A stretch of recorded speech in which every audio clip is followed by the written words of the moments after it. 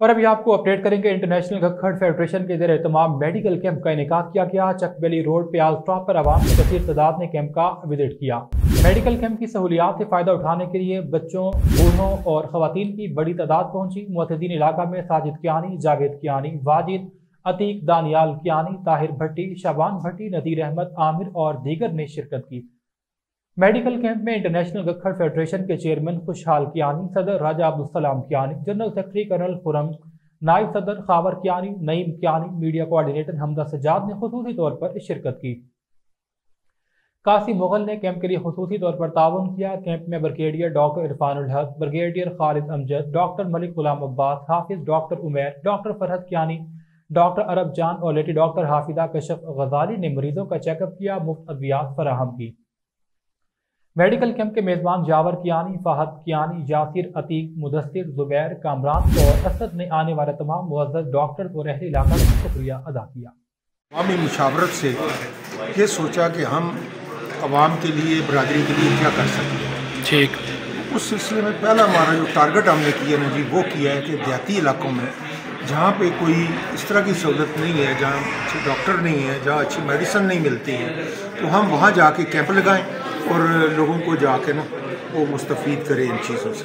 آج الحمدللہ بہت سارے پیشنٹ آپ دیکھ رہے ہیں یہاں آئے ہوئے اور بہت اچھے ڈاکٹرز ہیں۔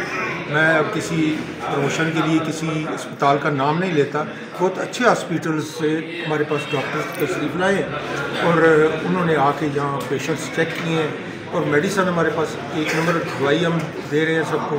ایسا نہیں ہے کہ کیمپوں میں جو اس طرح کی میڈیسن سب اسٹینڈرڈ۔ سر اس کا خرچہ کون برداشت کرتا ہے؟ یہ ہم نے کچھ مل کے کیا ہے، کچھ ہمارے انٹرنیشنل گکھڑ فیڈریشن ہے، کچھ باہر سے ہمارے جو ممبران ہیں، عہدیداران ہیں، وہ ہمیں دے رہے ہیں۔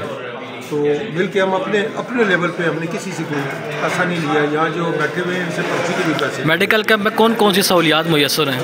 میڈیکل میں جی تقریباً ساری ہے، کوئی شعبہ ایسا نہیں ہے۔ ابھی آر کے بھی ڈاکٹر ہیں، وہ بھی آ رہے ہیں۔